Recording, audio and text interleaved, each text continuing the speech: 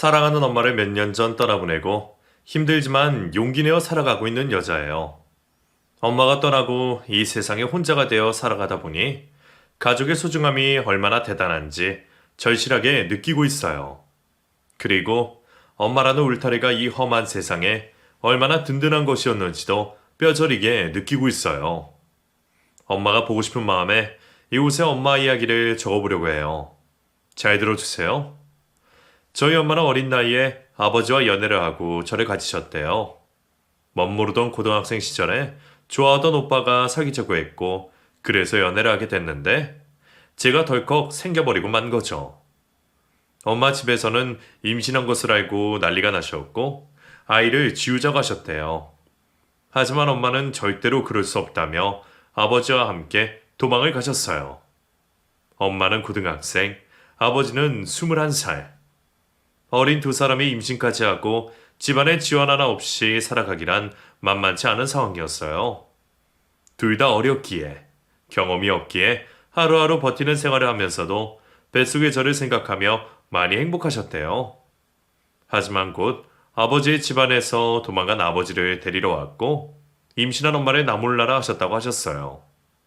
아버지의 엄마, 그러니까 저에게는 얼굴도 모르는 할머니는 엄마를 병원에 데리고 가셨고 저를 없애자고 하셨대요. 하지만 차마 수술을 할 수 없었기에 그 길로 도망을 가셨다는 엄마. 시대가 바뀐 지금 생각해봐도 너무 무섭고 암담한 일인데 당시에는 얼마나 힘드셨을까요? 그 어린 나이에도 아이를 지키려고 무모한 길을 선택한 엄마가 너무나 대단하게 느껴집니다. 그때 그렇게 아버지와 헤어지고 그 뒤로 만날 수가 없었대요. 몇 년 후에 살던 동네로 가서 아버지를 찾아보셨지만 이미 이사를 가버려 찾을 수가 없었고 그렇게 소식이 끊어지셨다고 하셨어요. 그 이후로도 엄마는 아버지를 몇 번 수소문하시다가 찾지 않으셨어요. 엄마는 짐도 제대로 챙기지 못하고 도망을 가셔서 산속 깊이에 있는 어느 절에 찾아가게 되셨고 그곳에 계시던 비구니 스님이 엄마를 도와주셨다고 했어요. 스님을 만나자마자 펑펑 울면서 뱃속의 아이를 살리고 싶다고 비셨다고 하더라고요. 다행히 스님은 엄마를 받아주셨고 그 절에서 제가 태어났어요. 엄마는 절에서 일을 하면서 저를 키우셨어요. 먹고 자고 하면서 저까지 키우는데 거의 무보소리를 하셨대요. 돈은 없었지만 그래도 따뜻하게 잘 수 있고 배 골치 않을 수 있어서 감사한 마음으로 지내셨다고 하셨는데 저는 그때 그곳에서 살았던 기억은 전혀 나지 않아요. 해마다 엄마가 그 절을 찾아서 공양도 하고 기도도 하고 오셨기에 절은 알고 있지만 스님은 전혀 기억이 나지 않아요. 제가 태어날 때 받아주셨다는 그분은 돌아가시고 안 계셨거든요. 워낙 연세가 많으셔서 저를 마치 손주처럼 이뻐해 주셨다고 하던데 사진으로 뵌 얼굴만 아직도 제 기억에 남아있죠. 엄마는 제가 7살이 되었을 때 그 절을 떠나셨어요. 학교에 갈 나이가 곧 되는데 그곳에는 학교가 없었거든요. 그래서 별 수 없이 저를 떠나서 도시로 나오게 되셨어요. 달새빵 하나 겨우 구해서 시작된 둘만의 생활은 참 고달팠었어요. 집 근처 식당에서 일을 시작한 엄마는 저녁 늦은 시간에 집에 오셨고 학교를 마친 저는 빈집에서 엄마를 기다리며 혼자 있어야 했어요. TV도 없었고 장난감도 없고 학교에서 먹은 점심 외에는 엄마가 올 때까지 쫄쫄 굶고 있어야 했어요. 서둘러 집에 오신 엄마는 식당에서 남은 반찬을 쌓아서 저와 저녁을 먹었고 이내 잠에 들었다가 아침에 일찍 출근을 하셔야 했어요. 매일 12시간을 밖에서 일을 하시는 엄마. 본인 쉴 시간도 없던 엄마는 저를 챙겨줄 겨를이 없으셨어요. 그래서 모든 일은 제가 스스로 해야 했어요. 당시에 학교를 엄청 가기 싫었던 기억이 나요. 친구들은 예쁜 옷에 학용품도 좋은 걸 들고 다니고 점심 도시락도 맛있는 걸로 쌓았는데 저는 그렇지 않았으니까요. 늘 비슷한 옷에 머리는 하나로 묶는 게 다이고 도시락 반찬도 엄마가 싸온 식당 반찬들이었어요. 당연히 제 주위에는 친구들이 없었어요. 그래도 저는 엄마만 있으면 아무렇지 않았어요. 엄마만 있으면 친구들이 놀려도 배가 고파도 사고 싶은 걸 못 사도 저에게 중요하지 않았으니까요. 그런 저에게 엄마가 아픈 날이면 그게 제일 무서운 일이었어요. 입버릇처럼 아플 시간도 없다고 하셨지만 1년에 한두 번은 크게 몸살을 하셨거든요. 엄마가 아파서 누워있는 걸 보고 있자면 저는 무서워서 엄마 곁을 떠나지 않았어요. 엄마 옆에 있느라 학교를 빼먹기도 했죠. 은혜야, 엄마 감기 옮으니까 저리 가서 자. 안 해. 엄마 옆에 있을 거야. 그러지 마. 감기 걸리면 정말 아파. 싫어. 고집은. 말 잘 듣는 딸이었지만 그때만큼은 고집을 부렸어요. 엄마 손을 꾹 잡고 얼른 낫게 해달라고 빌고 또 빌고 그러면 이튿날 신기하게 다 나아서 일어나셨어요. 그렇기 때문에 엄마 곁에 꼭 붙어서 자고 그랬어요. 엄마는 일을 참 다양하게 하셨어요. 식당에서도 하고 파출부도 하시고요. 도배, 고물상, 쓰레기 처리장 등 돈이 되는 건 다 하셨는데 그 중에서 돼지 도축장에서 일을 하실 때가 제일 싫었어요. 그때는 제가 중학생이었는데 한창 사춘기가 올 나이잖아요. 그래서인지 엄마 몸에서 나는 냄새가 너무 싫었어요. 엄마, 씻었어? 그럼 일 끝나고 씻고 왔지. 그런데 계속 냄새나. 냄새? 무슨 냄새? 알잖아. 돼지 똥 같은 냄새와 비린내 같은 냄새들. 엄마 손에도 배어서 가끔 제 머리를 쓰다듬어 주실 때 그 냄새가 어김없이 났어요. 대개는 참고 넘어가지만 저도 신경질이 날 때가 있었어요.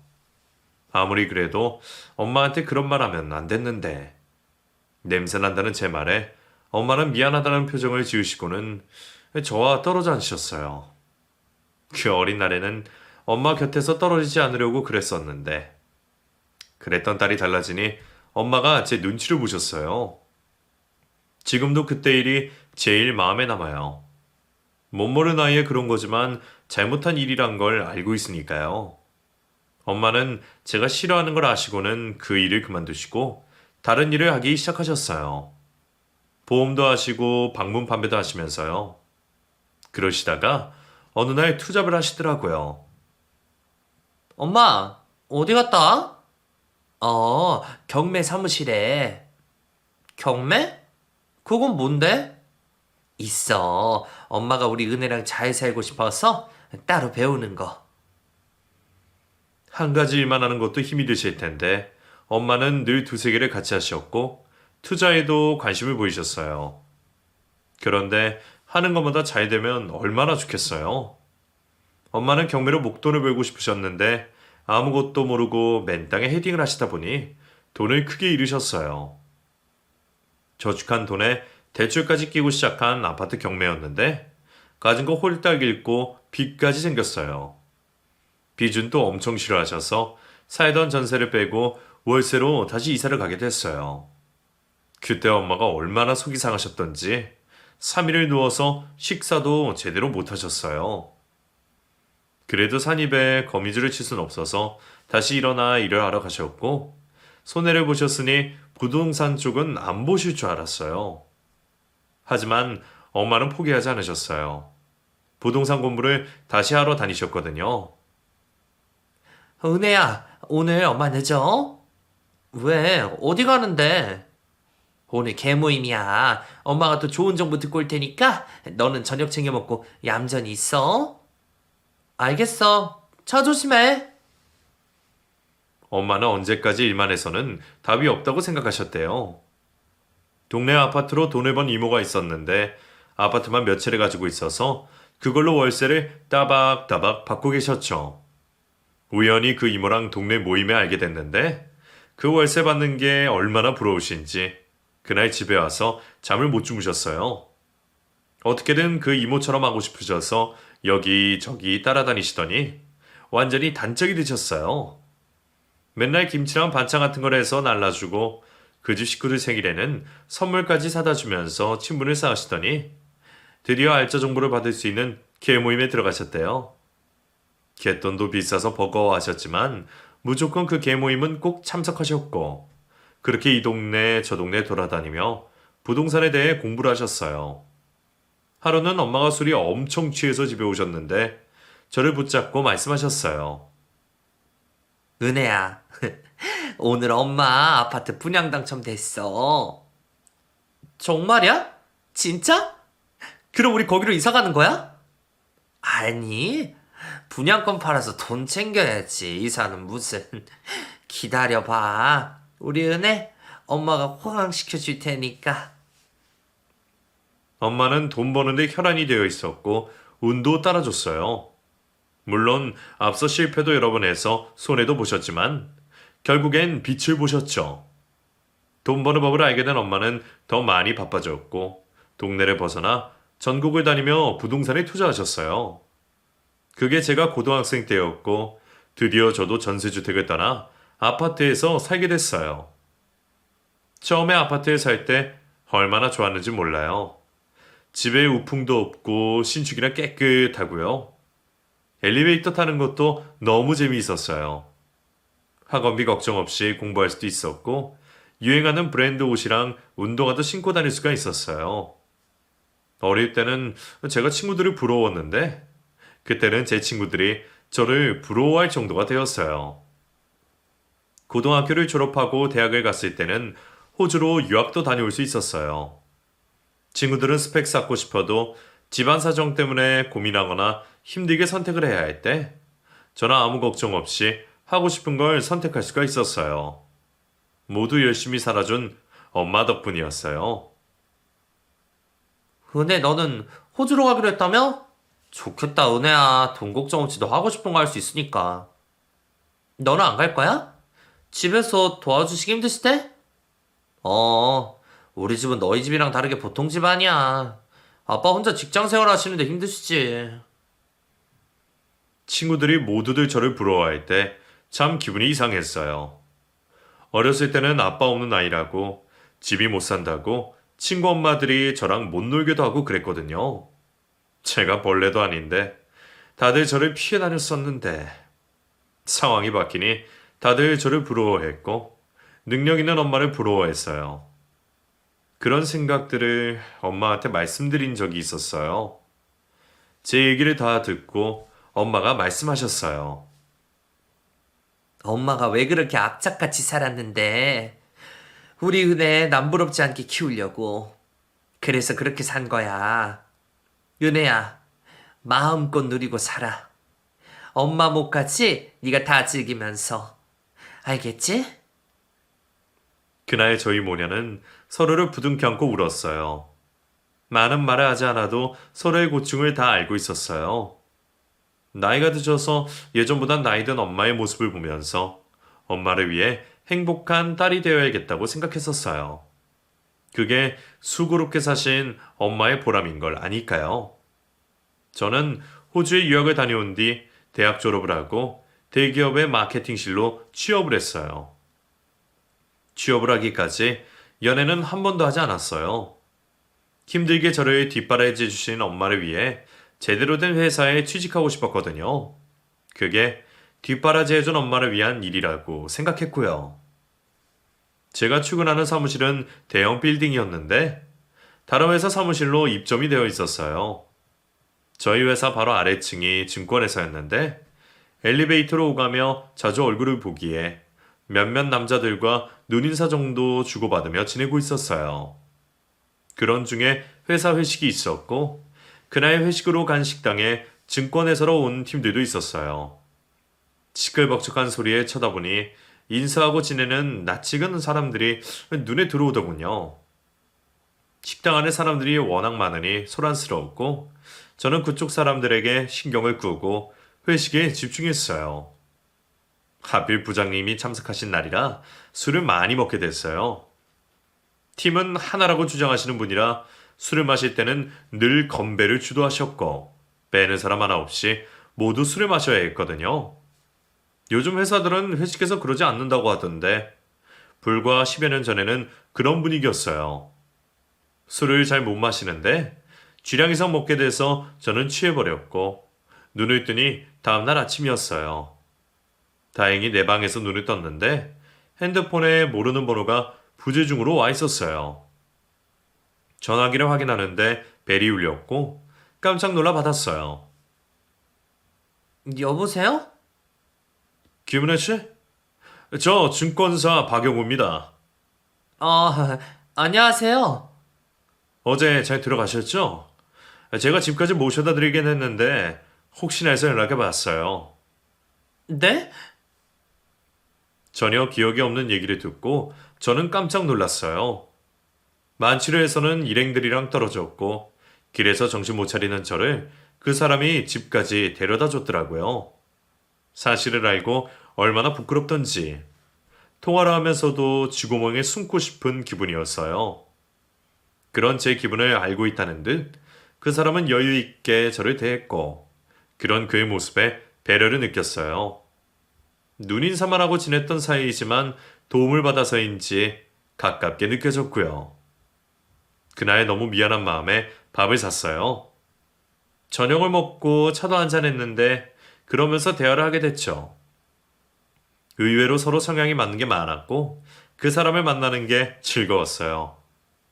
그 사람도 저와 헤어질 때는 아쉬워했고요. 우리는 그 후로도 계속 연락을 주고받았고 얼마 뒤 연인이 되었어요. 태어나서 처음으로 사귀는 남자라 제가 얼마나 들떠 있었는지 몰라요.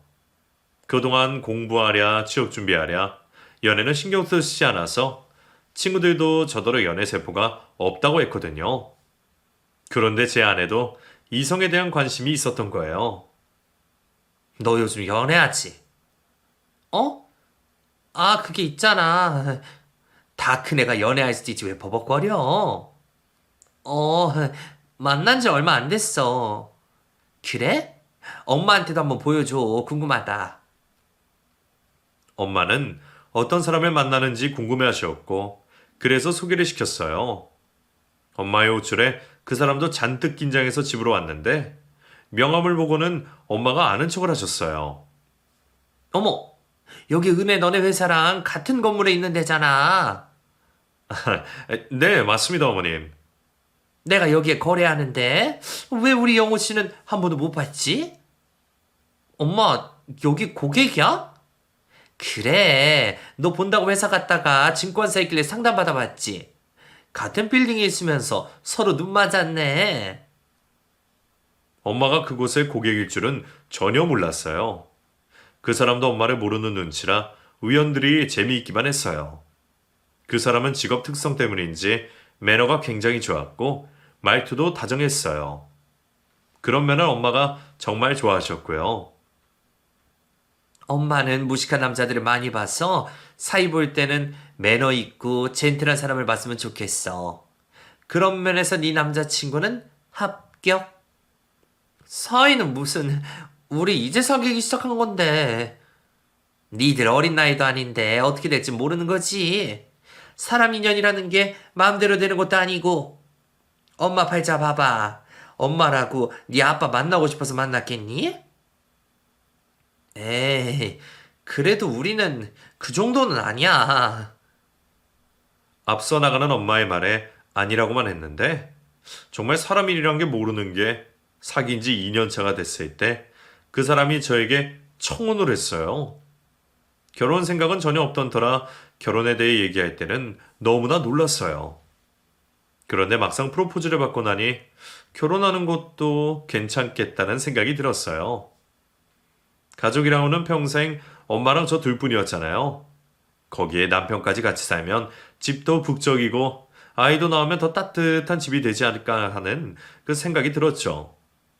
그러자면 그 사람이 대리일 사이로 들어와야 하는데 제 뜻대로 될까? 걱정은 됐어요. 당연하지. 어차피 우리 집에서 내가 둘째라서 너네 집에 들어가서 산다고 해도 우리 부모님은 괜찮다고 하실 거야. 정말? 그래도 돼? 나는 엄마 외로우실 것 같아서 결혼 후에도 엄마랑 같이 살고 싶어. 당연히 그래도 되지. 나도 너네 엄마 좋아. 고마워. 정말 고마워.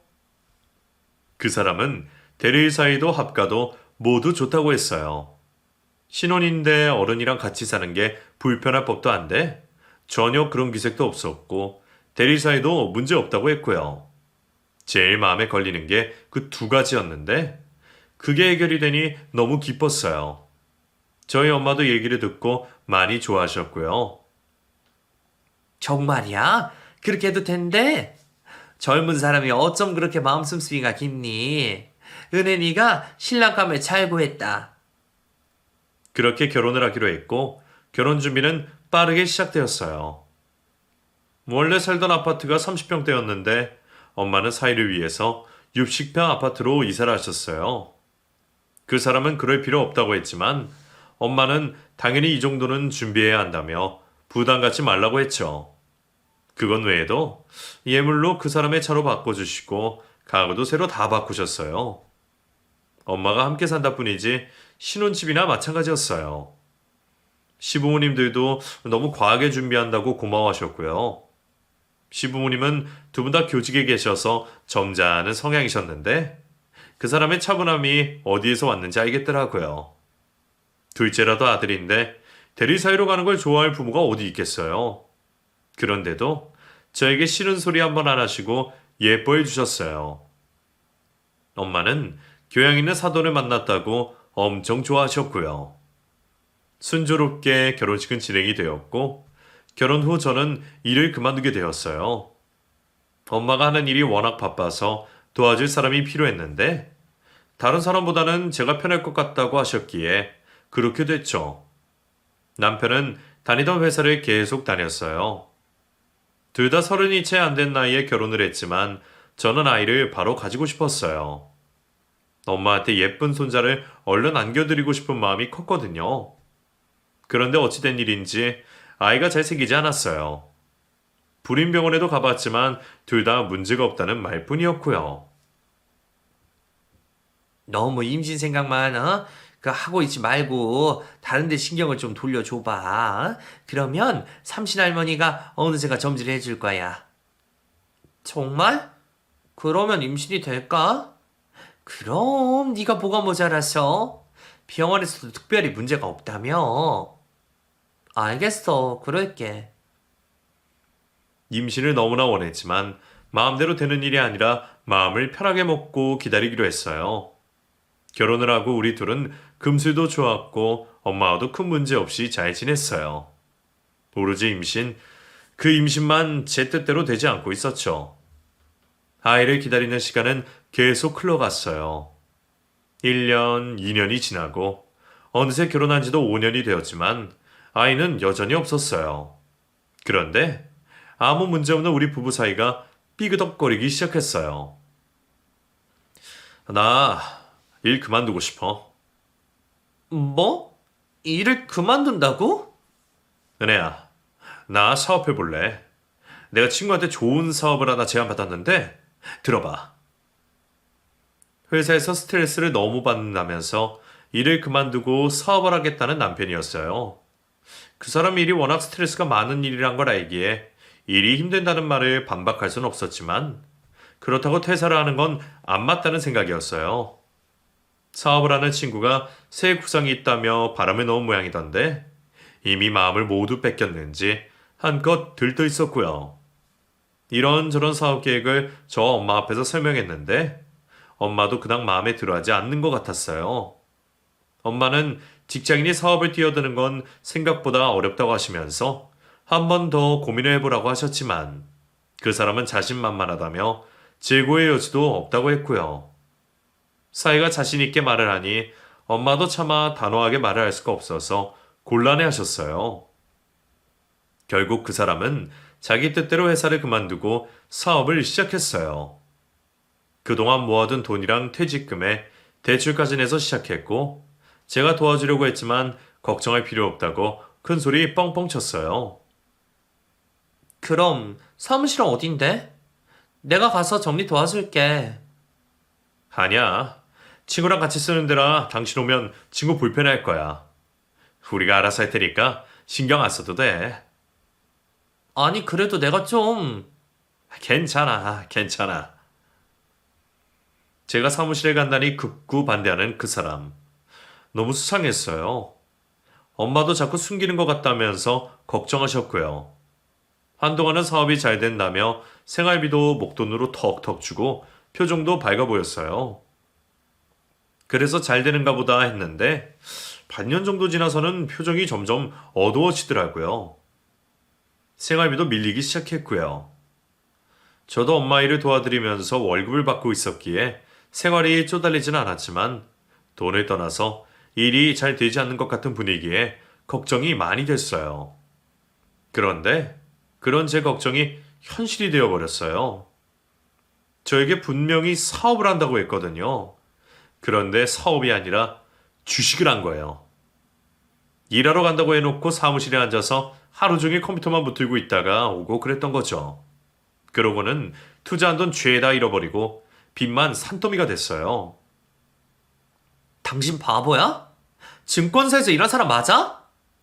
어떻게 주식으로 버틸 생각을 해? 그리고 나한테 사업한다고 했잖아. 야, 남자가 사회생활 하다 보면 그럴 수도 있는 거지. 한 번 일이 꼬였다고 나한테 너무하는 거 아니야? 일이 되고 안 되고를 떠나서 처음부터 당신은 날 속였잖아.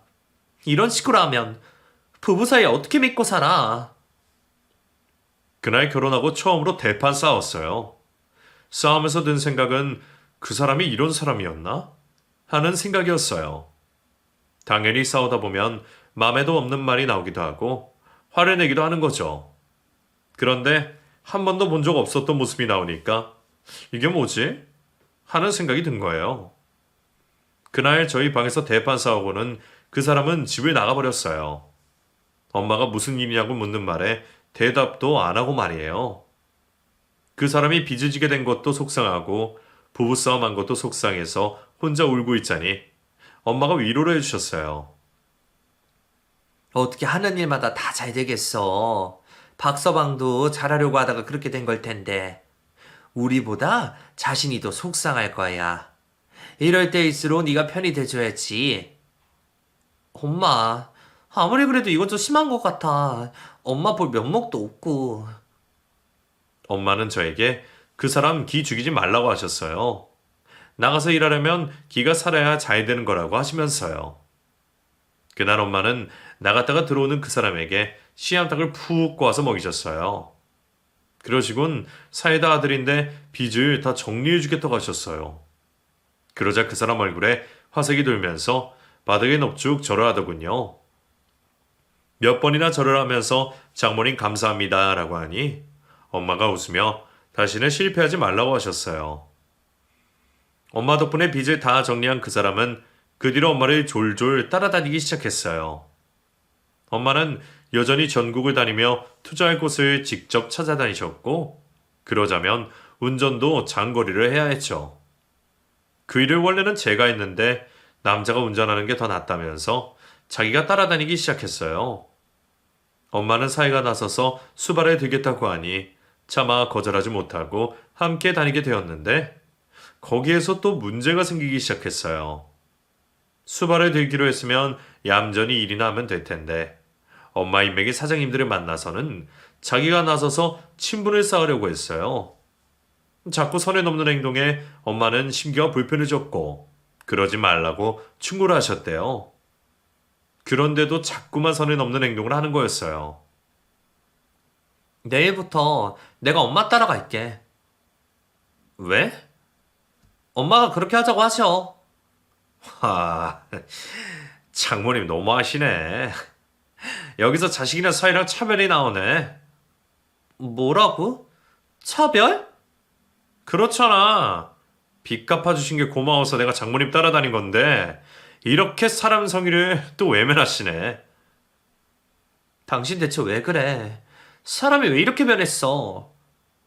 변하긴 뭐가 변했다고 그러는 거야 자꾸. 말투만 변한 게 아니었어요.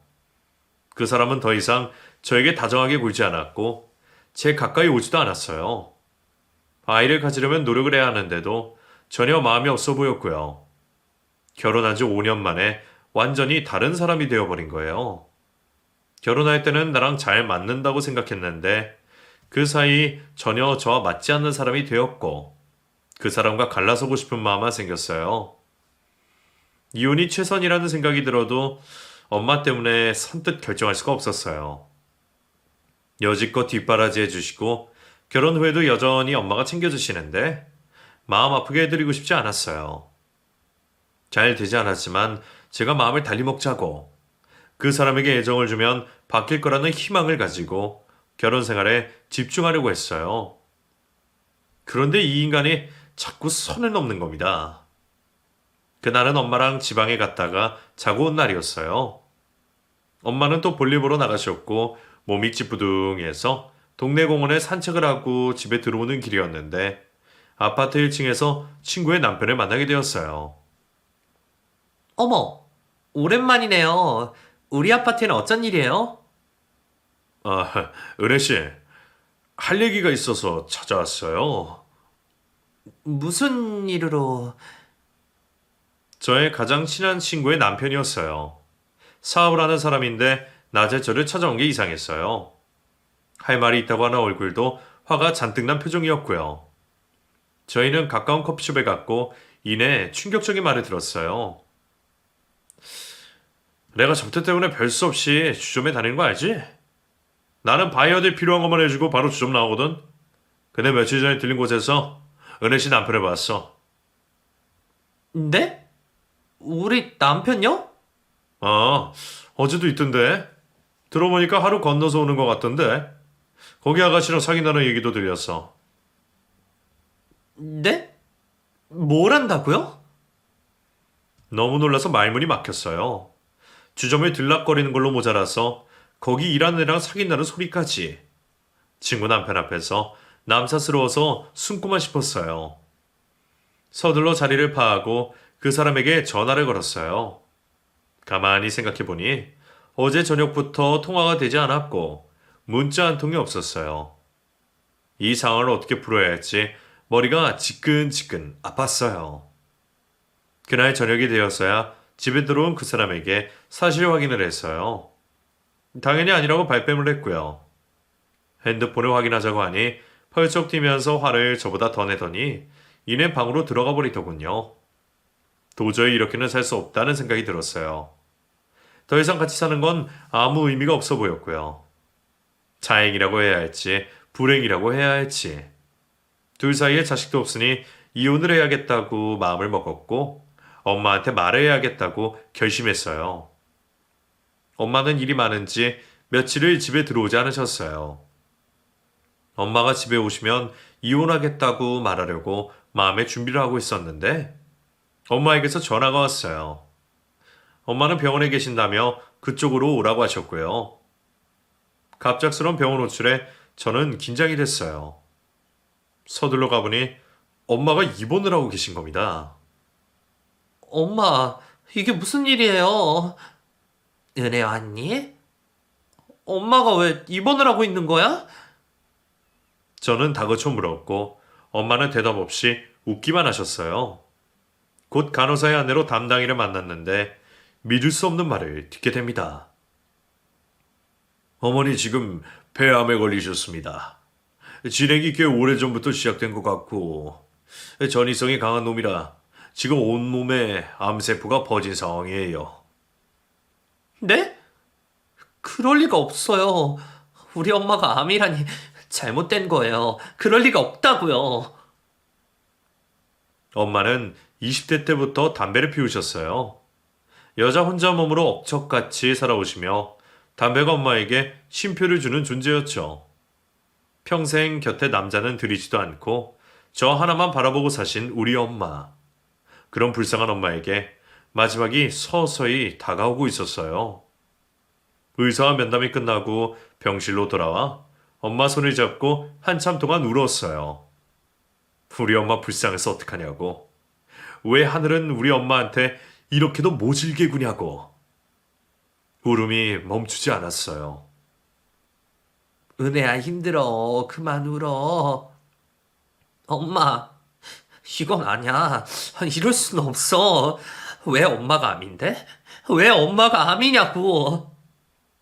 다 다 내 탓이지 뭐. 담배를 끊었어야 했는데 그걸 못해서 이 사단이 났다. 엄마, 나는 어떡해? 나는 은혜야. 엄마. 병실에서 우리의 울음소리는 한참이나 계속되었어요. 엄마의 병을 알고부터 본격적인 치료에 들어갔어요. 의사는 수술도 어렵다고 했지만 항암이든 뭐든 할 수 있는 건 다 해야만 했어요. 손 놓고 가만히는 있을 수가 없었어요. 그 사람과 이혼을 하겠다는 것도 숨기고 엄마의 치료에만 전념했어요. 힘든 항암 치료가 시작이 되었죠. 저는 병실을 떠나지 않았어요. 하루 24시간을 엄마 곁에서 떨어지지 않고 간호를 했어요. 제가 그렇게 엄마에게 전념하는 동안 사이라는 인간은 도통 병실에 얼굴을 보이지 않는 거예요. 엄마가 자기한테 얼마나 잘해줬는데 그것도 다 잊고 하는 짓이 너무 괘씸했어요. 전화로 뭐라 화를 냈더니 그제서 빼꼼히 얼굴을 내미더군요. 자네 왔는가? 어머님, 생각보다 보기 좋으시네요. 뭐? 그래? 몰골이 엉망이라 걱정했는데 자네 보기에 좋다니 다행이네. 금방 나으실 겁니다. 요즘에 뭐 암 고치는 거 쉽다고 하던데요. 그러니까 곧 나와서 집에 가야지. 얼마나 철딱 서슴없이 말을 하는지 그걸 보고 있자니 차라리 안 오는 게 더 나았겠다는 생각이 들었어요. 엄마 앞으로 온 과일 바구니에서 몇 개 꺼내 와작와작 먹더니 곧 담배 피우고 오겠다며 병실을 나가더군요. 남편이 아니라 왼수다는 생각이 들었어요. 어쩜 사람이 못나도 저렇게 못났냐고 고개가 절로 저어졌죠. 과일 쓰레기를 버리려고 저도 병실에 나와서 탕비실로 가는데 옆 계단에서 그 사람이 통화하는 게 들렸어요. 일부러 들으려고 한 건 아닌데 제 귀에 목소리가 너무나 잘 들렸어요. 알았어. 오늘 주점에서 모인다는 거지? 당연히 가야지. 몰라. 늙은이 죽으려면 빨리 죽지. 링거 꽂고 살려고 애를 쓴다. 애를 써. 빨리 죽어야 재산을 마음대로 할 텐데. 야, 내가 그 재산 보고 결혼한 거 몰라? 결혼을 누가 사랑으로 하냐? 돈 보고 하지. 내 남편이 틀림없는 그 목소리를 들으면서 손이 부들부들 떨렸어요. 이 인간을 어쩌면 좋지? 가만히 둬야 하나? 별의별 생각이 다 들면서 그 인간과 결혼을 한 내 자신이 너무나 어리석게 느껴지고 후회가 됐어요. 저는 서둘러 병실로 돌아와 모른 척 시치미를 떼고 있었어요. 엄마 때문에 이혼 결심을 미루고 있었지만 더 이상은 안 되겠다는 생각이 들었죠. 간병인을 구해서 엄마를 맡기고 변호사 사무실을 쫓아다녔어요. 그런데 이 인간이 낌새를 느꼈는지 주변 정리를 싹 다 한 겁니다. 제 뜻대로 이혼을 하려면 유책 사유가 있어야 했는데 증거가 너무 부족했어요. 저는 망연자실했고 어떻게 해야 할지 갈피를 잡지 못했어요. 그중 엄마의 병세가 깊어졌고 연명치료밖에는 남은 게 없게 됐어요. 집에 가고 싶어하는 엄마를 위해 집으로 모셔와 연명치료가 계속되었죠. 엄마가 돌아가시기 전에 이혼을 하고 싶었지만 마음대로 되지 않아서 마음이 너무 무거웠어요. 그리고 하루 중에 정신이 드는 시간이 점점 줄어드는 엄마를 보며 눈물만 나왔고요. 겨우겨우 하루를 버티는 시간들이었어요. 저는 점점 말라갔고 그 사람은 점점 얼굴에 윤기가 나더군요. 입으로는 슬프다고 했지만 표정은 전혀 그렇지 않았어요. 멍하게 엄마 곁에 앉아 있는데 잠시 엄마가 정신을 차리셨어요. 엄마, 나 알아보겠어? 그래, 우리 딸 엄마가 당연히 알아보지. 엄마, 엄마 목소리에 눈물부터 흐르는 저였어요. 엄마는 제 손을 잡아주시고는 사이를 찾으셨어요. 곧 엄마 곁에 선 사이에게 말씀하셨어요. 내가 자네에게 줄 게 있는데 저기 구석에 내 금고 좀 열어보게. 어머님, 뭘 주시려고? 그 인간은 한층 들떠서 금고를 열었어요. 그 안에는 두툼한 서류 봉투가 있었고 금괴와 달러가 있었어요. 서류를 챙기면서 금괴와 달러에 눈을 떼지 못하는 모습을 보며 속이 답답해졌죠. 이 안에 보물을 숨겨놨는데 한번 열어보게. 어머님, 정말 철두철미하십니다. 이런 깜짝 선물은 언제 준비하셨어요? 웃으면서 봉투를 여는 순간 그 안에서 사진들이 우르르르 떨어졌어요. 뭔가 싶어 사진을 집어드니 그 사람이 찍혀있는 사진이었어요. 사진 속에는 그 사람 말고 다른 사람도 있었는데 친구들도 있고 옷을 걸친 듯 만 듯한 여자들도 있었어요. 어머님, 이게 뭡니까? 왜? 집문서인 줄 알았나? 아니, 제 사진을 왜 모으시고... 사진을 보던 그 사람은 갑자기 사식이 되었고 말도 제대로 하지 못했어요. 그러더니 사진을 급하게 봉투 안으로 쓸어 담는 겁니다. 그 사진들은 그동안 저 몰래 바람 피우고 다닌 사진들이었어요. 여자도 한둘이 아니었고 술집 여자의 일반인에 다양한 여자들이 있었어요. 그리고 친구들과 몰래 불법적인 약들을 사용하는 장면도 찍혀 있었고요. 예상치 못한 장면들이라 저도 놀라 말문이 막혔어요. 그 사람은 급하게 사진들을 다 쓸어 담고는 무릎을 꿇고 빌기 시작했어요. 장모님, 살려주십시오. 장모님 잘못했습니다. 내가 자네한테 기회를 한두 번 준 줄 아나? 은혜를 생각해서 참고 참았네. 하지만 더 이상은 아니야. 여보, 여보, 내가 다 설명할게, 어? 이것나. 그 사람은 제 바지가랑이를 잡고 빌고 또 빌었어요. 그 손이 너무나 끔찍하고 더러워서 저는 발기질을 했고 그 바람에 옆으로 나뒹굴게 되면서도 다시 와서는 사정사정을 하는 겁니다. 엄마는 방에서 나가라고 했어요. 아주 비통한 표정으로 억지로 방에서 나가더군요. 엄마, 어떻게 다 이걸 준비하셨어요? 엄마니까 내 자식 눈에 피눈물 나는 걸 두고 볼 수 없지. 엄마는 증거들을 다 준비해뒀다 하시며 경찰에 신고를 하고 이혼도 하라고 하셨어요. 저는 엄마가 돌아가시기 전에 모든 걸 다 처리하려고 서둘렀어요. 엄마는 그날 정신이 잠깐 돌아오시고는 다시는 제 이름을 다시 불러주시지 못했어요. 그리고 이른 새벽에 조용히 세상을 떠나셨습니다. 그 인간은 불법 약물 소지로 친구들과 함께 수사를 받았어요. 교도소에 수감되는 날 우리는 이혼을 하게 됐죠. 제가 이혼을 할 때까지 엄마가 버텨주셨기 때문에 엄마의 재산이 그 인간에게 가는 일은 없었어요. 물론 상속세가 컸지만 아무리 세금이 많아도 그 인간에게 주는 것보다는 낫다고 생각했고요. 엄마가 돌아가시고 60평 아파트는 처분했습니다. 그리고 20평대로 이사를 했어요. 혼자 지내는데 그 정도로 충분하니까요. 요즘 저는 엄마가 하시던 일을 물려받아 하고 있어요. 엄마가 열심히 일구신 재산 잃지 않기 위해 공부도 하고 있고요. 엄마 생각이 날 때면 더 악착같이 공부하고 있어요.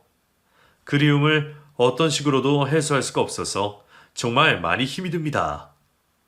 그래도 이렇게 속 얘기를 하고 나니 많이 가벼워졌어요. 긴 얘기지만 끝까지 들어주셔서 고맙습니다.